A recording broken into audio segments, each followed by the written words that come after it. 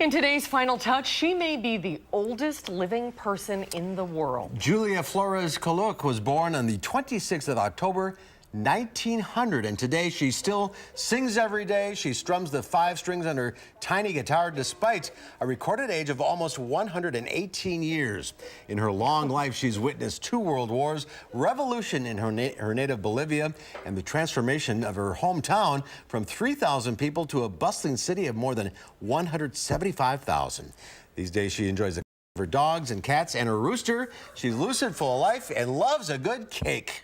Maybe that's her secret. A good cake. I always want to know, what is the secret? 118. There Amazing. She goes. Just take a shot and throw the cup to the ground. That's our time. That's the secret. News 3 at 5 starts right now.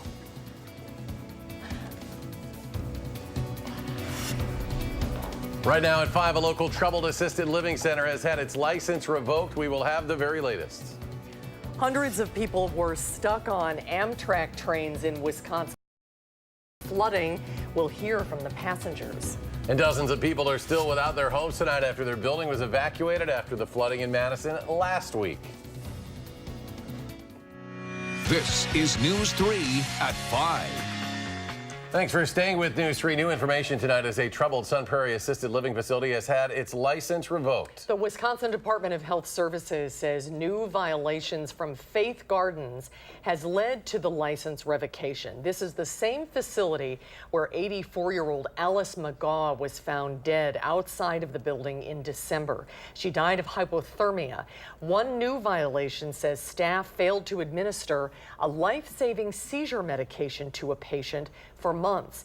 The facility was fined and a stop placement order was issued, but then in the spring, Faith Gardens was allowed to readmit patients. The man who died after driving his car into the water off the Merrimack Ferry Landing had a heart transplant just last year and was an advocate for blood donors. 57-year-old Scott Kirkpatrick of Middleton died last night when he drove his vehicle into the Wisconsin River. A passenger escaped and said they thought it was a normal road. Deputies say it is unclear if the situation was flooding related. Kirkpatrick had that heart transplant last year after suffering a heart attack while driving and crashing into a tree. He and his wife Carrie were on News 3 this morning back in June, encouraging people to become blood donors. He needed numerous transfusions during the surgery and his recovery. Travel plans derailed for hundreds of Amtrak passengers after flooding stalled their commute for nearly 20 hours. Our Keely Arthur spoke with passengers and was there when the wheels finally started to turn.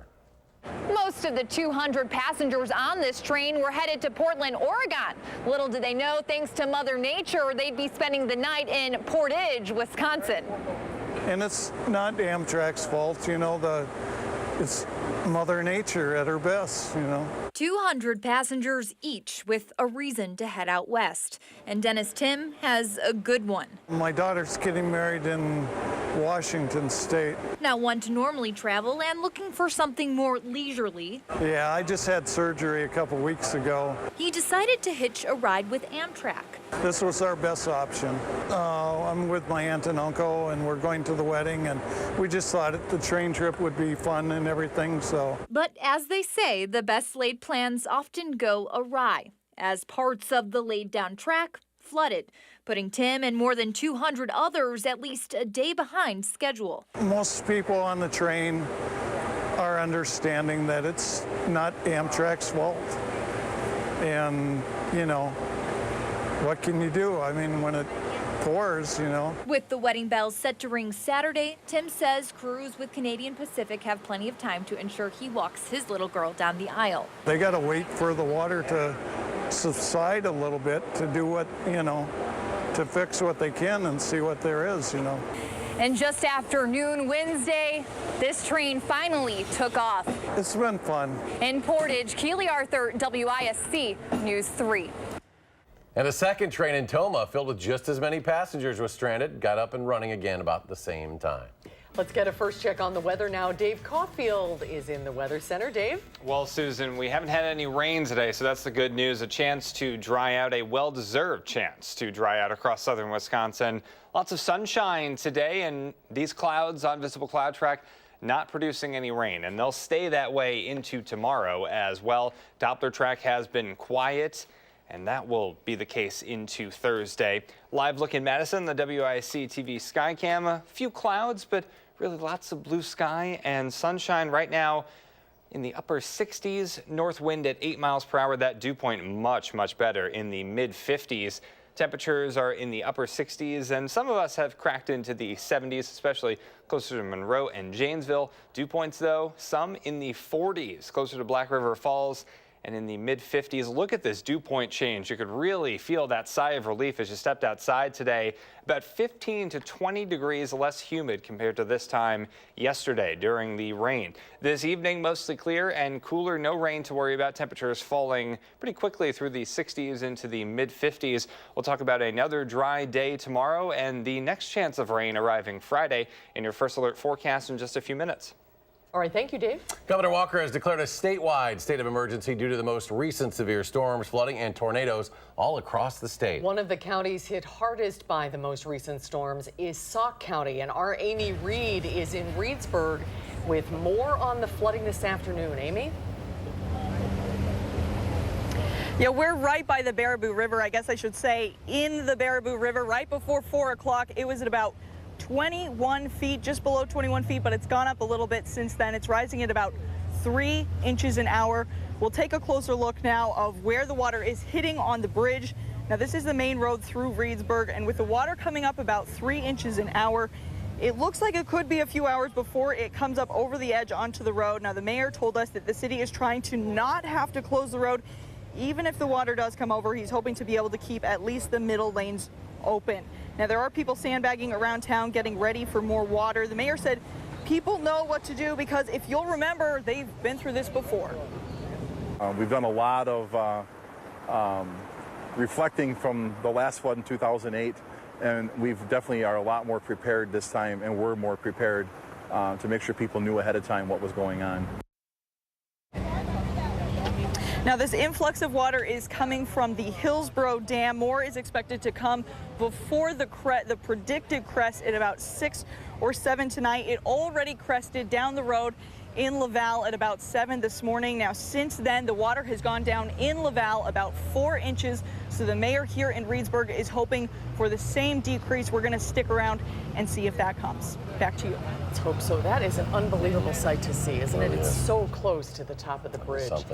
Amy Reed reporting live from Reedsburg. Amy, thank you. Madison Mayor Paul Soglin says the city is still not in the clear yet as more rain is expected later this week. Mayor Soglin says thankfully last night's storms did not produce excessive rain, so there were not any evacuations in the Isthmus area. However, the city is still dealing with high lake levels as Lake Monona is at a record level and Lake Mendota is only down an inch from its record level. We're hoping that with continual regulated discharges, we can see both lakes down by Sunday or Monday of next week, but we have rains anticipated on and off Friday and Saturday. So there's no assurance that we can in any way say that we're out of this event. Mayor Soglin says there continues to be no wake areas in all of the lakes until the water levels go down. And people who live in an apartment building on Madison's west side are feeling helpless tonight as they could be without their home for at least another 2 weeks. Historic rain more than a week ago in Dane County flooded the Prairie Park Senior Apartments, leading to at least $1.5 million in damage. Rose Schmidt talked to a woman who hasn't been back in her building since she was evacuated 6 days ago. And Rose joins us in the news center. Rose? That's right. The entire electrical system needs to be replaced. The elevator doesn't work. The air conditioning doesn't work. The list just goes on and on.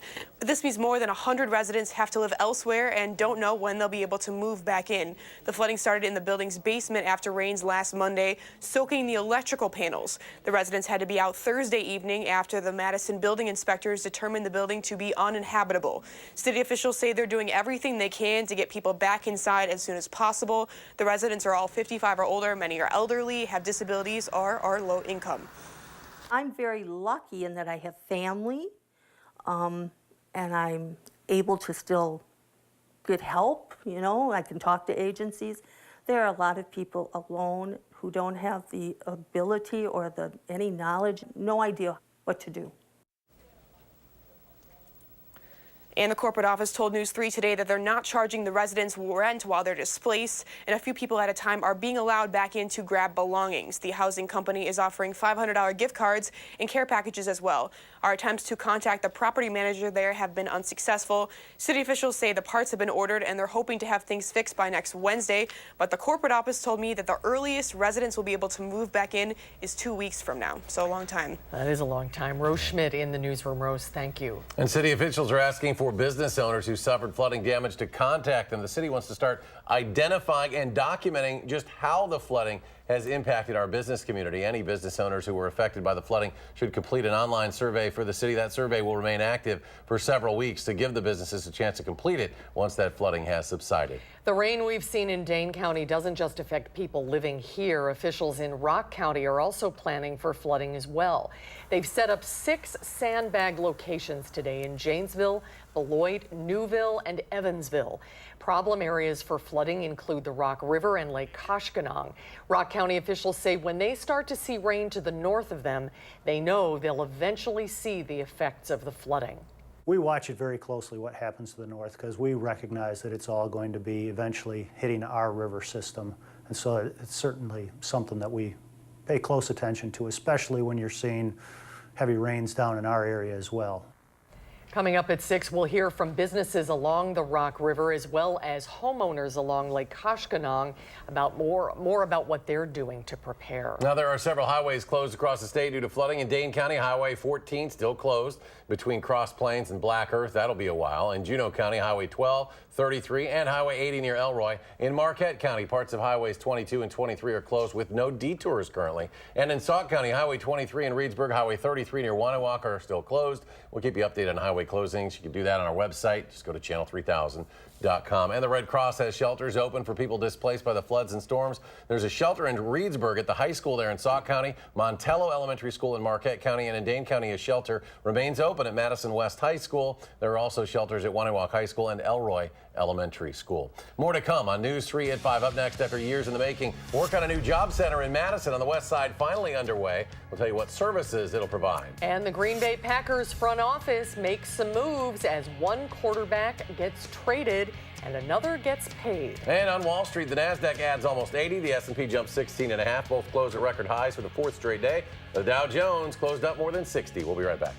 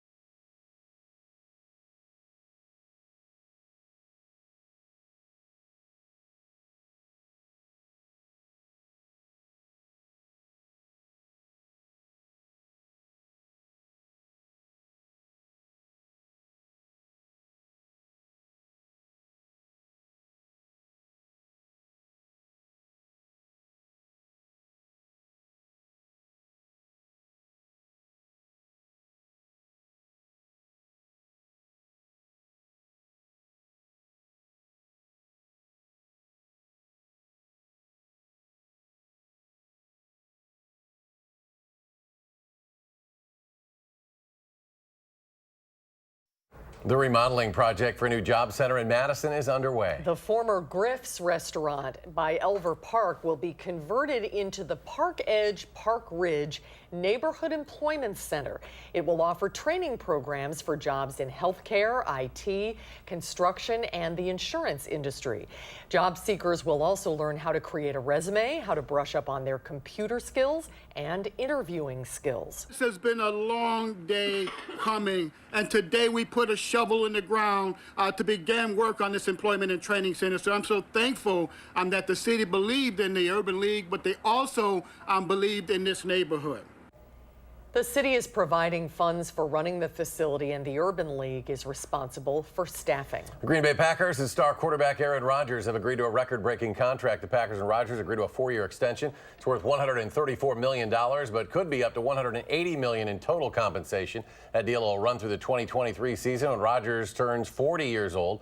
He's won the NFL MVP twice as a Super Bowl champ, of course, entering his 14th NFL season. And the Packers have traded backup quarterback Brett Hundley. The team announced officially in the last half hour. Hundley has been traded to the Seattle Seahawks for an undisclosed future draft choice. Hundley started 9 games last year while Rodgers recovered from his broken collarbone. DeShone Kizer now expected to be the backup behind Aaron Rodgers this season. The first of 4 days of public events celebrating the life of John McCain is underway in Phoenix, Arizona.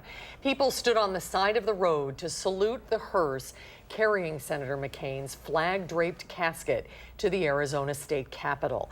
Senator McCain died Saturday after a year-long battle with brain cancer. His wife, Cindy, and 7 children attended a short service where Senator McCain was remembered as one of Arizona's favorite adopted sons.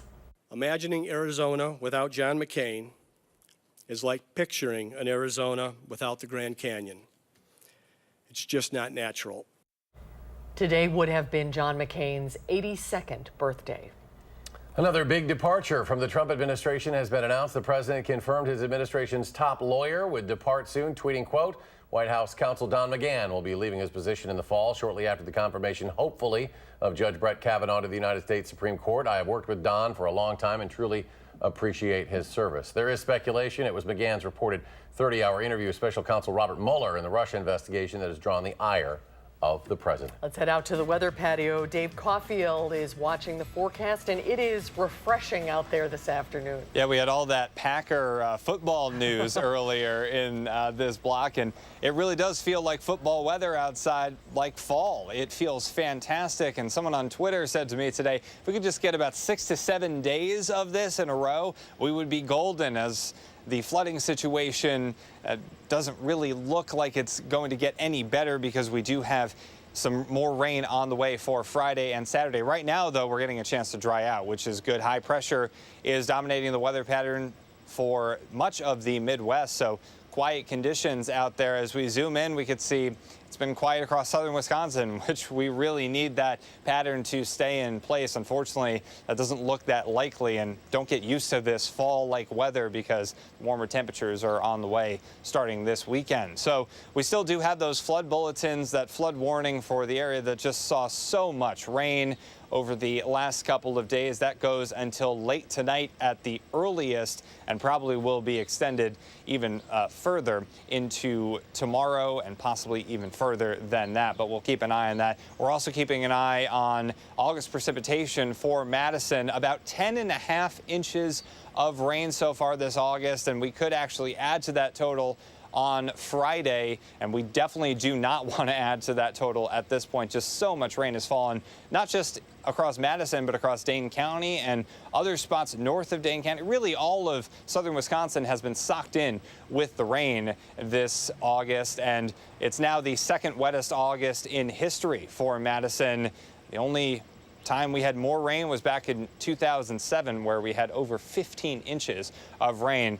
And we just can't emphasize it enough. We don't need any more rain. Mother Nature, if this is a cry for help, then we don't need any more of it for sure. We're already 6.5 inches ahead of schedule when it comes to the rain in August in Madison, and other areas could actually be a little bit more than that once the final rain totals are tallied. Downtown Madison on the Edgewater Skycam looking at dry conditions and partly sunny conditions. Temperatures in the upper 60s, so definitely a lot cooler than yesterday and cooler than average. North wind at 8 miles per hour. Other temperatures have gotten into the 70s, but really a pretty cool and crisp day outside, and dew points are definitely helping that in the mid-50s. We have gone from the don't talk to me scenario to the comfortable scenario, and hopefully it stays that way into tomorrow, but the humidity does come back by next week. Future track showing temperatures falling through the 60s into the lower 50s for tonight and starting off Thursday. We should be dry with a little bit of a lake breeze intact. We will start to see those temperatures be a little bit on the cool side, but definitely warmer than today tomorrow. Then Friday, we start to welcome in our next chance of rain chances. There's a bee flying by me. He must love the forecast for tomorrow, but not necessarily for Friday, because we do have the chances for some more showers and thunderstorms, especially late Friday on our future track into early Saturday. We could be dealing with about an inch to even more than that, maybe an inch and a half by the time we get to Saturday. Hopefully that does not happen and we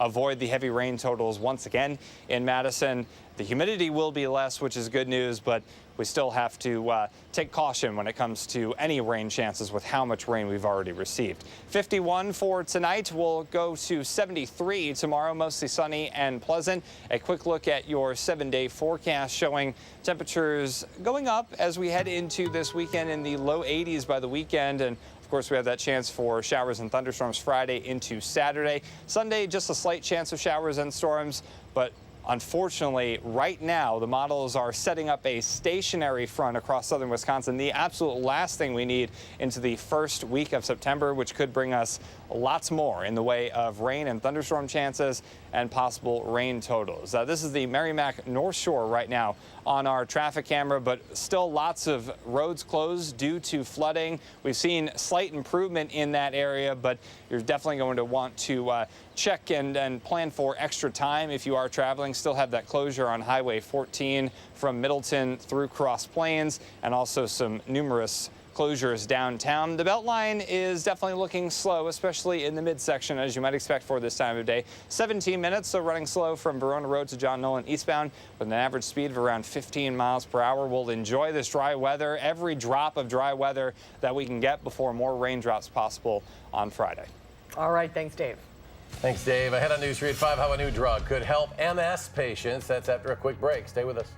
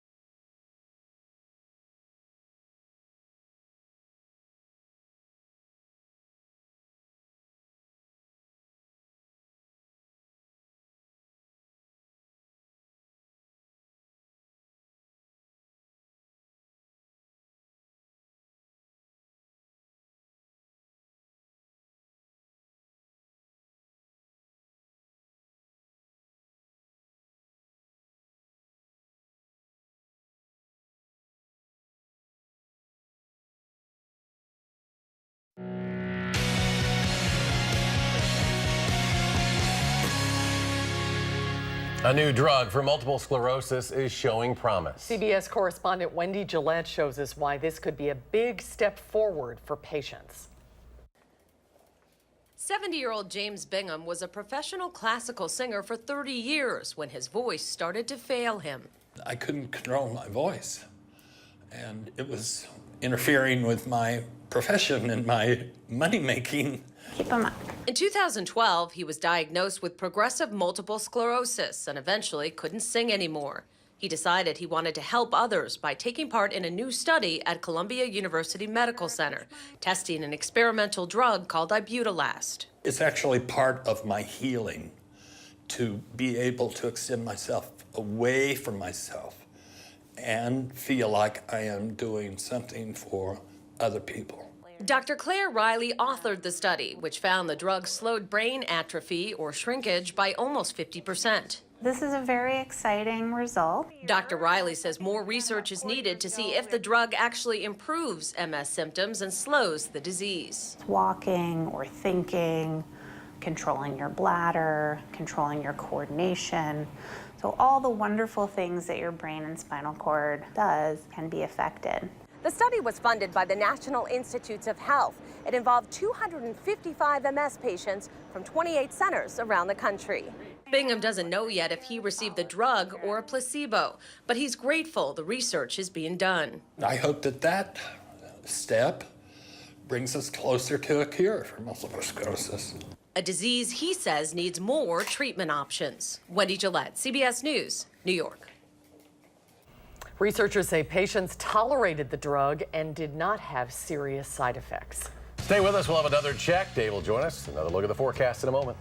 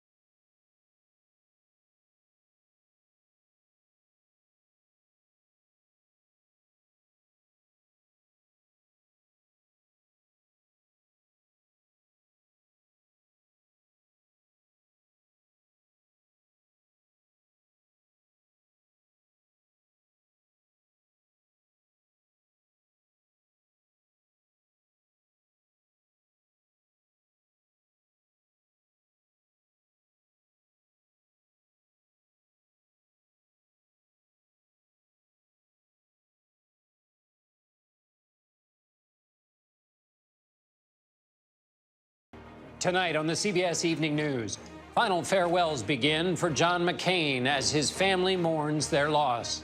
And I sat down with McCain's best friend in the Senate, Lindsey Graham. Hear what he has to say on White House counsel Don McGahn's exit.